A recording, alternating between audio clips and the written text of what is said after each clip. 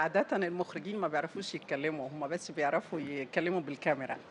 وطبعًا أنا باهدي النهارده الجايزة دي لكل اللي هاجمني، وباقول له ميرسي، لإن هجومك خلّى ناس كتير أوي تقدّر مين هي إيناس الدغيدي. المخرج ايناس دغيدي، اهلا وسهلا فيك عبر اغاني، واليوم منوره ايفنت بياف بهيدا التكريم الحلو اللي عم بيقدم لك يا لبنان. ميرسي، ألف شكر للبنان وألف شكر للضياف وأنا سعيدة بتكريمي في الوقت الحرج ده، بالنسبة لي أنا كان الوقت حرج جدًا لإنه كان في هجمة كده شرسة على الفيسبوك على أفكار أنا باقولها أعتقد إنها مش غلط ف بتشوف. فجِه صح. لأ بلاش بقى أقول لك. هم أصلهم أنت عارف كل حاجة بيكبّروها، يعني هي انترفيوهات متعددة بيلمّوها على بعض وياخدوا منها حاجات هم عاوزين يقولوها يعني. بيتورط اوقات المخرج او الشخصيه العامه بس تعطي رايها بموضوع يكون شوي شائك؟ وبالذات إيناس الدغيدي. ليه؟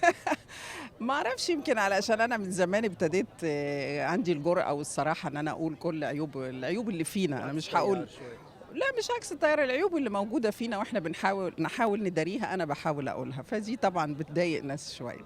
اللوك اليوم الحلو مين مهتم فيه؟ وشايف حدك اليوم من اشهر يعني من اشهر الاشخاص بلبنان اللي بيهتموا بجمال جو رعد. لأ جو رعد ده كل مرة أنا آجي لبنان يبقى لازم جو رعد، ما أقدرش أدخل لبنان من غير جو، أولًا كفنان ككوافير أساسًا، وبعدين طبعًا دلوقتي بيبعت لي كل أغانيه على الواتساب وعلى كده باتفرج عليه، عامل حالة جميلة، حالة سعادة وفرح ولون جديد وعارف فالحقيقة جو فنان يعني هو مش طلعش في التجميل بس وطلع كمان في الفن، حتى شايف لابس إيه برضه لازم يبقى جو رعد.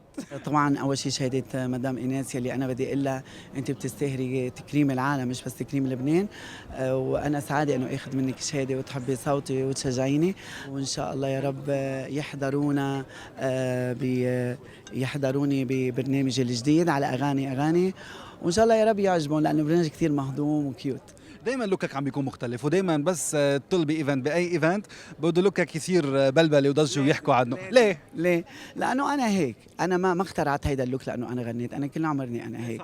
فانا هيك ما حقدم نفسي للناس غير انا هيك، والناس صارت تحب الصدق والصراحه، الناس بتكون قريبه منك لما يكون في عندك صدق وعفويه، مش حلو نخبي حالنا ورا اصبعنا.